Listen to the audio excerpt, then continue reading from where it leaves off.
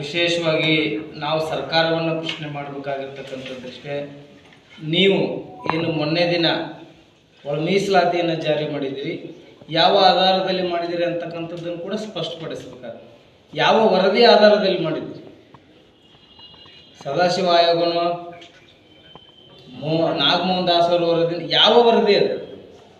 ನೀವು ಮಾಡಿರ್ತಕ್ಕಂಥ ಏನು ಪಾಲುದಾರಿಕೆಯನ್ನು ಗಮನಿಸಿದರೆ ಇದು ಯಾವ ವರದಿಗೂ ಕೂಡ ಸಂಬಂಧ ಇಲ್ಲದೆ ಇರತಕ್ಕಂಥ ಪಾಲುದಾರಿಕೆಯನ್ನು ಮಾಡಿದ್ದೀವಿ. ಇದನ್ನು ಮೊಟ್ಟ ಮೊದಲನೇದಾಗಿ ನಾವು ಗದಗ ಜಿಲ್ಲೆಯಿಂದ ನಮ್ಮ ಸಮಾಜ ಇದನ್ನು ಖಂಡಿಸ್ತಾ ಇದೆ. ನೂರಾರು ಕೋಟಿ ರೂಪಾಯಿಗಳನ್ನು ವ್ಯಯ ಮಾಡ್ತೀರಿ, ನೂರಾರು ಕೋಟಿ ರೂಪಾಯಿಗಳನ್ನು ವ್ಯಯ ಮಾಡಿ ಎಂಪೈರಿಕಲ್ ಡಾಟಾಗಳನ್ನು ಕಲೆಕ್ಟ್ ಮಾಡ್ತೀರಿ ಒಂದು ಕಡೆ, ಜಾತಿ ಜನಗಣತಿಯನ್ನು ಒಂದು ಕಡೆ ಮಾಡ್ತೀರಿ.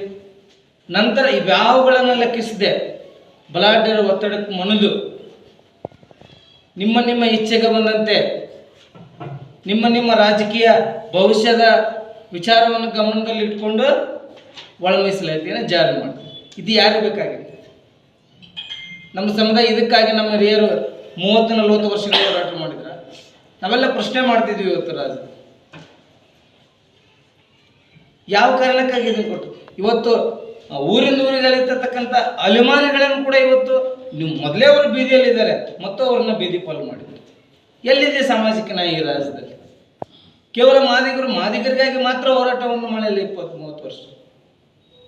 ಏನು ನಮ್ಮ ದಲಿತ ಸಮುದಾಯದಲ್ಲಿರ್ತಕ್ಕಂಥ ಎಲ್ಲ ಜಾತಿಗಳಿಗೂ ಕೂಡ ಸಮನಾಗಿ ನ್ಯಾಯ ಸಿಗಬೇಕಂತಕ್ಕಂಥ ದೂರದೃಷ್ಟಿಯ ವಿಚಾರದಿಂದ ನಮ್ಮ ಹಿರಿಯರು ಹೋರಾಟ ಮಾಡ್ತಾರೆ.